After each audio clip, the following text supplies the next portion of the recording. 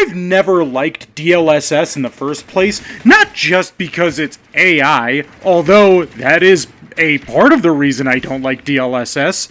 Deep learning supersampling is effectively a method of image enhancement and frame generation for NVIDIA cards specifically. DLSS. I think it's important to step back and remember why we needed it in the first place. Before DLSS, games relied on 4 different anti-aliasing methods, and each one came with drawbacks. We had FXAA, fast approximate anti-aliasing, super lightweight, barely touches performance, but it basically works just by blurring the edges of objects, so images can look soft or washed out. TAA, temporal anti-aliasing, tried to smooth edges by borrowing information from previous frames. It's slightly shifting the rendering camera every frame.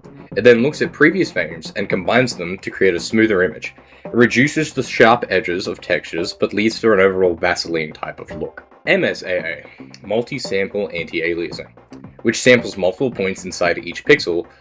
Better quality than FXAA, but still computationally expensive, and it doesn't handle transparent textures very well. Then there was SSAA, super sampling anti-aliasing. This is where the SS in DLSS comes from. SSAA renders the game at a much higher resolution and then scales it down. The quality is incredible, but the performance hit is massive. Most hardware at the time just couldn't handle it. If you're using, for example, SSAA 4x, you're essentially rendering a frame with 4x the pixel count from native. So if you're at 1080p, you're rendering a 4K frame, achieving the desired look by brute force. The thing is, none of those anti-aliasing methods were perfect. They solved a problem, but each came with its downsides. That's why they all stuck around. Players could pick whatever looked best to them. DLSS tackled the problem from a completely different angle, using machine learning. Don't forget, DLSS 1.0 came out before AI became a buzzword that everyone throws around so willy-nilly. Instead of just smoothing edges, DLSS reconstructs the entire image, including textures, which is why it often looks cleaner overall. It boosts performance while keeping most of the image quality intact. It's kind of the opposite of SSAA. Instead of rendering a higher and scaling down, DLSS renders lower and builds the detail back up. The tech is absolute black magic to me, and I highly recommend this video by 2 Kills Philip about just how far the DLSS upscaler can go nowadays.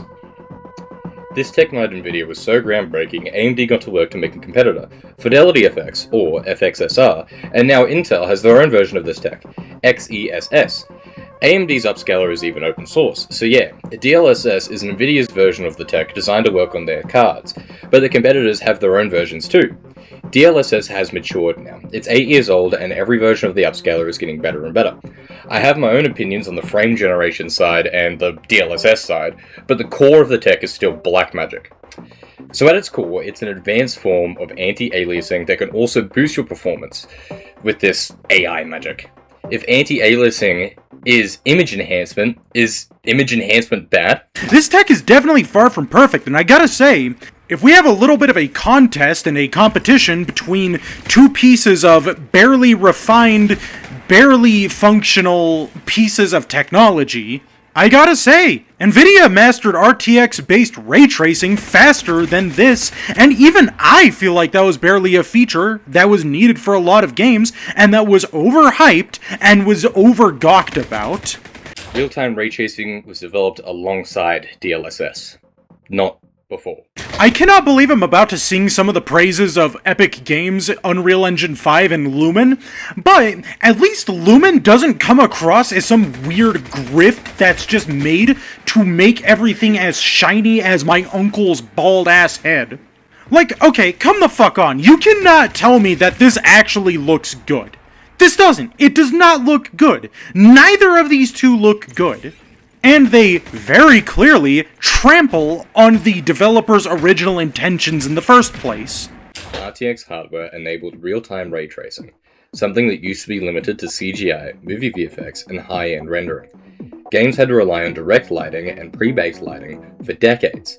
RTX changed that by making lighting, shadows, and reflections react dynamically, a huge leap forward in video game fidelity. Besides all the technical though, whether or not it looks good is a personal preference, and I personally think Half-Life RTX and Portal RTX look great. If I were to replay these games anytime soon, I would play them using RTX Remix, but this is a personal preference, and if you don't like RTX, then just don't turn it on.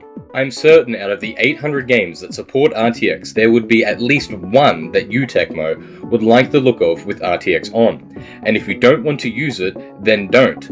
Or even go buy like an AMD or an Intel GPU instead, if you're so against the feature. And the whole argument about the developer's original intent, you've used Half-Life as an example of this. Half-Life, the game with over 10,000 mods on the Steam Workshop. Do these mods remove Valve's original intent? We as gamers have been taking the art from the devs, changing, modifying, making videos and drawing art about our favourite games for years, without a single thought about the author's original intent for the media. But the moment a large company makes an improvement that can overhaul a game's lighting engine, we start spitting the dummy about morals. Techmo did not originally clarify this. Not only does NVIDIA's RTX method of ray tracing punch holes into the carefully crafted graphical-based artistic intention that developers worked very hard to achieve. This screenshot shows that NVIDIA has to use DLSS just to get their methods of RTX to work smoothly on their cards. AKA, they made the tech, realized it was bad, made another bad piece of tech and then used that to generate fake frames to make the game in quote smoother. DLSS was developed alongside RTX. This statement is just misleading, and arguing that DLSS itself is a bad piece of tech shows that you're out of touch with what you're talking about. The Portal RTX Remix example that you show does not use frame generation, as it was not available for Portal RTX at the time.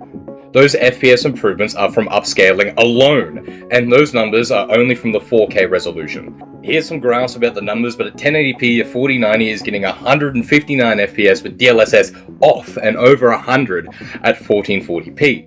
Remember, DLSS in this example is only the upscaling tech, not frame generation. Now, before I go off on some side tangent about RTX, let's actually get back to DLSS.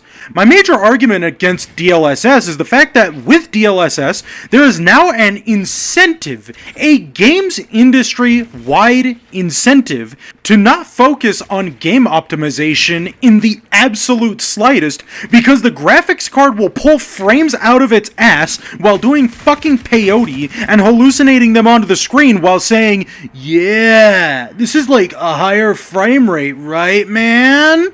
Claiming there's some industry-wide incentive to ship unoptimized games is pretty pretentious. Mobile and console gaming together make up around 75% of the entire industry. If we ignore mobile gaming for this discussion and recompile the numbers, console players make up 45% of gamers. You can't just wave that away to push the idea that Nvidia wants every game to run like trash, so you have to buy an Nvidia card and use DLSS. That's too much of a conspiracy for me. On top of that, gaming GPUs make up only about 6% of Nvidia's total market value. So the idea that this $4 trillion company is intentionally incentivizing developers to collude with them just to squeeze out a few GPU sales doesn't line up with the scale of their business. It's chump change compared to where their real revenue comes from. Now, what this shit basically signals to developers is, go ahead and make your game as stuttery as possible. Make it run like absolute hot fucking garbage on any other setting. Don't worry about optimizing, because our tool and our hardware will go out of its way to save your ass. And I would say the same thing about things like FSR as well. I'm sorry, but game developers should know damn well how to optimize their games for modern hardware. Modern hardware should not be creating excuses for corporations to save a nickel by lowering their standards for cleaner code, or the 89 billion fucking shaders that are not pre-cached, or their bad implementations of things like Lumen, Nanite, or any shitty implementation of something like Vulkan. And complaining about shader preloading, it's wild, because shader preloading is literally an optimization technique. Games compile shaders ahead of time so you don't get stutters, hitches, or random frame drops in the middle of game. They build a cache tailored to your specific GPU, so effects load instantly and everything runs smoother. Calling that a problem is basically complaining about the very thing that you want. Unreal Engine 5 launched in 2022 with Nanite and Lumen as its headline features. This tech is 4 years old now, and the performance issues we're seeing are problems with UE5 itself. Epic marketed Nanite as a near-universal solution. A quote from their website: "Enable it wherever possible, it'll render faster and use less memory." But they didn't highlight that Nanite can also introduce a heavy upfront GPU cost, and that's not on the developers. The marketing around Nanite and Lumen was overwhelmingly positive, and many teams didn't realize the real performance impact until their products were already deep into development. DLSS helps us actually play the games we've already bought by making them run better, but I agree that we shouldn't accept poorly optimized releases. But the criticism should be aimed at Epic and UE5's current performance issues, not at DLSS or frame generation. It's not the core part of the problem.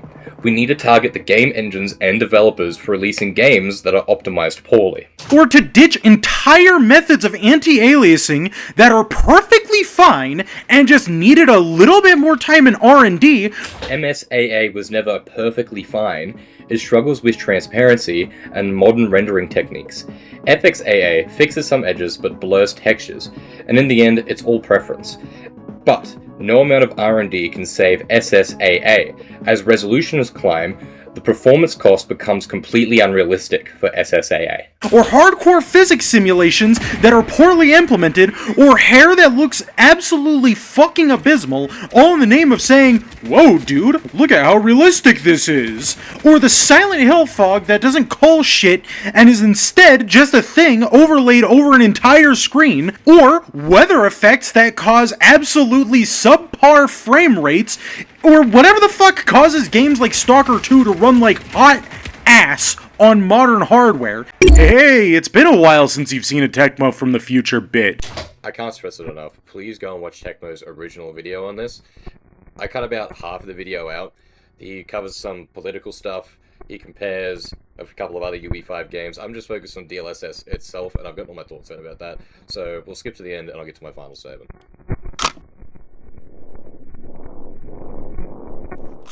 Please support the following people on screen.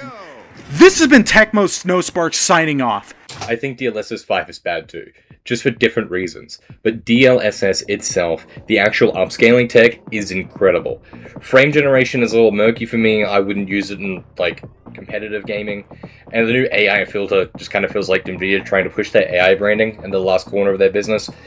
But what I can't get behind is the idea that NVIDIA is colluding with AAA studios to intentionally ship broken games to you, so you need an NVIDIA GPU to use DLSS to play them.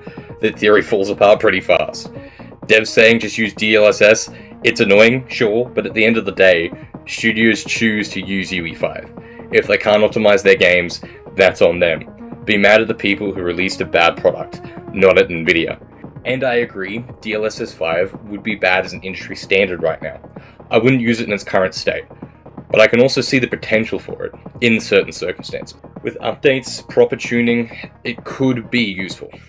But the way NVIDIA announced it though, in this state, they had to know the backlash that was coming, and to me this feels like more of a marketing push for AI than a meaningful DLSS feature.